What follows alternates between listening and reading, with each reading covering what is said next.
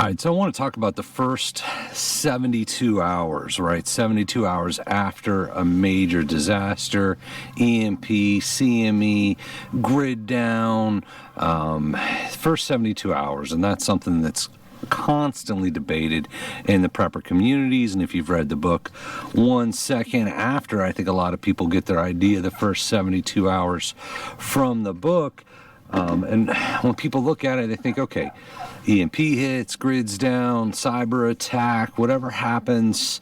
How long do you have? How long do you have before there's chaos, before civilization breaks down? And I think it's an important thing to think about, right? Especially in your planning.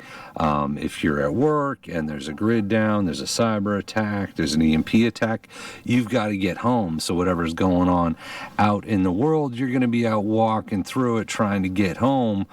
Do you have time to go to the store in the first 72 hours? And I've got friends and still talk to people that think, hey, if there's a grid down, if there's a major cyber attack, I'm going to make a run to the store, get the stuff I need to survive.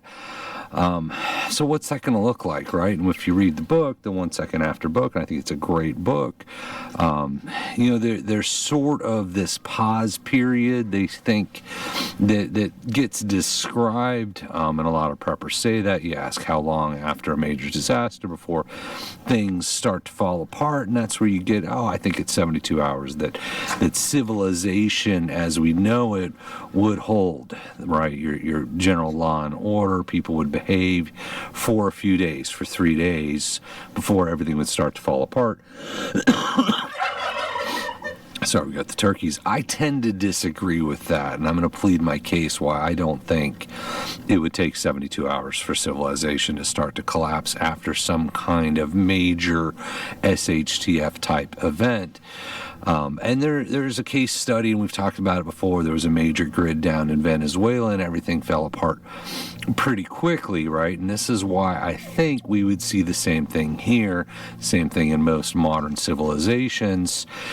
I would think by nighttime of the day, if there's an EMP, if there's a CME, if there's a grid down, if there's a major collapse, I suspect chaos almost immediately, if not by nighttime, and I'll explain why I say that.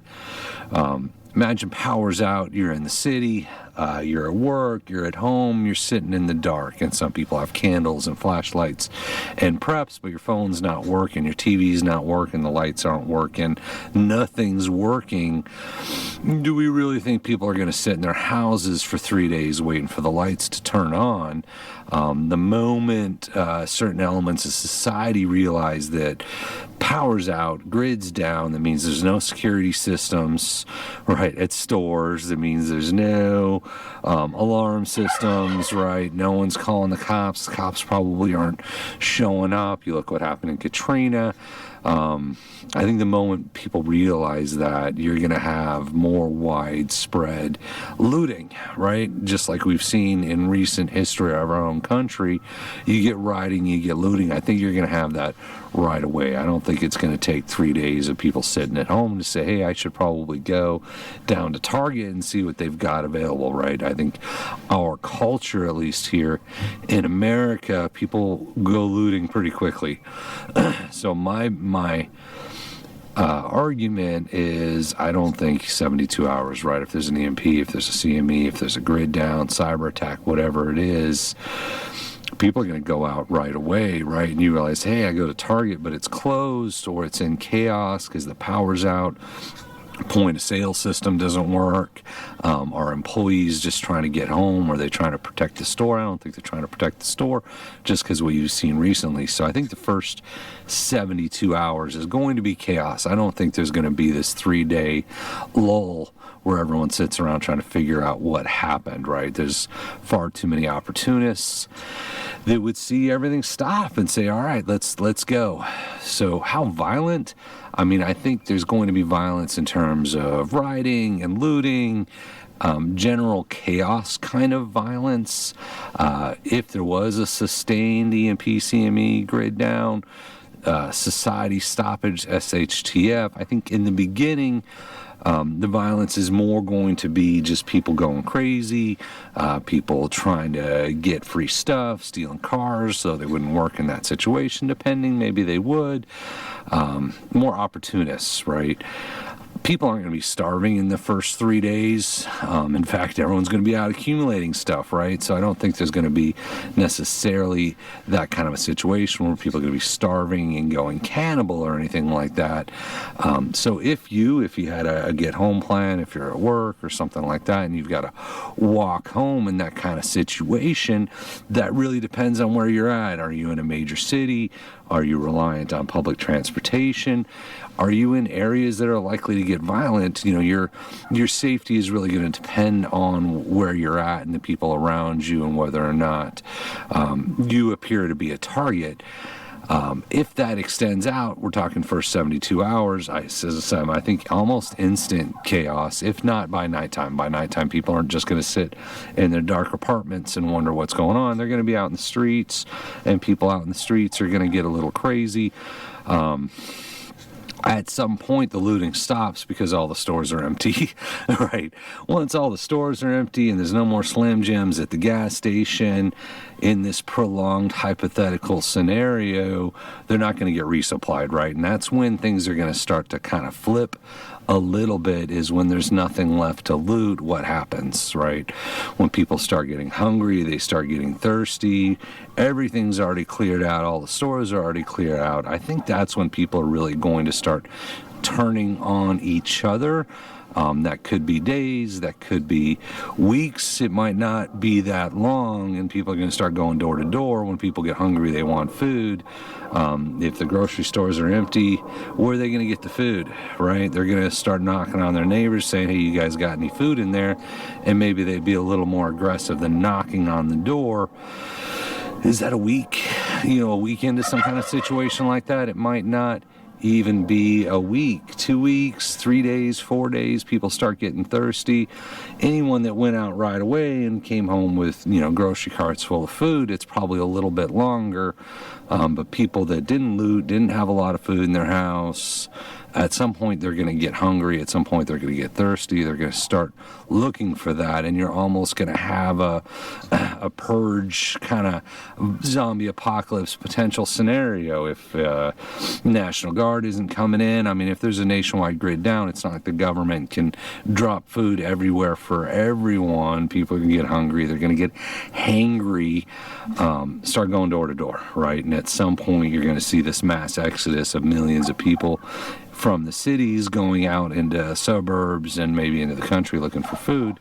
And once again, after a couple days of looting, there's not going to be food in the stores. So the only way you're going to get it is knocking on other people's doors, right? Saying, is there food? Maybe there's distribution centers. Eventually all that stuff gets cleared out and people become the source of food for other people. But I want to kind of talk about that. I think it's important to consider for your personal emergency response plan, your own personal disaster plan. What are you planning on doing in the first couple of days, right? And if you're saying, I'll just go to the store, I think that's going to be a little crazy. I think everyone or a lot of people are going to have that in mind. You run to the stores, everything's closed out.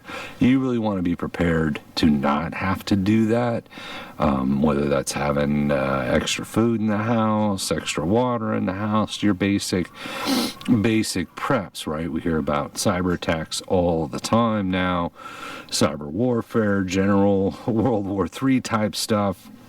The possibility of some kind of disaster sort of keeps going up, right? And we can certainly expect something big in America this year. I sort of do expect something, just with everything going on. How that manifests, I don't know, right? I think a lot of people are sort of holding our breath, expecting something to happen. So it's a good time now to be prepared. You don't want to be one of the zombies going door to door looking for food.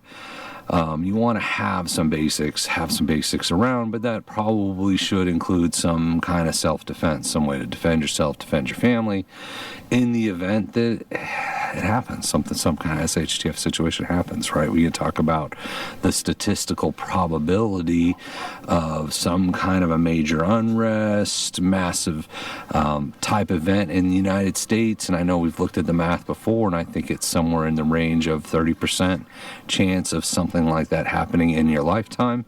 I don't know the chance of something happening this year, but it's probably higher than your average year with everything going on, right? There's certainly a chance something could happen this year. So you might have 3 months to prepare, 6 months to prepare, 9 months to prepare. You could prepare for the next 9 months and nothing might happen. But one of the scenarios that I wanted to touch on is that first 72 hours. How long do you have before society collapses? I think it's not very long. Right, I really don't. I think our society as it is now would collapse almost immediately, unfortunately, in the event of something like that. So prepare accordingly. But as always, thank you for watching, and we appreciate you.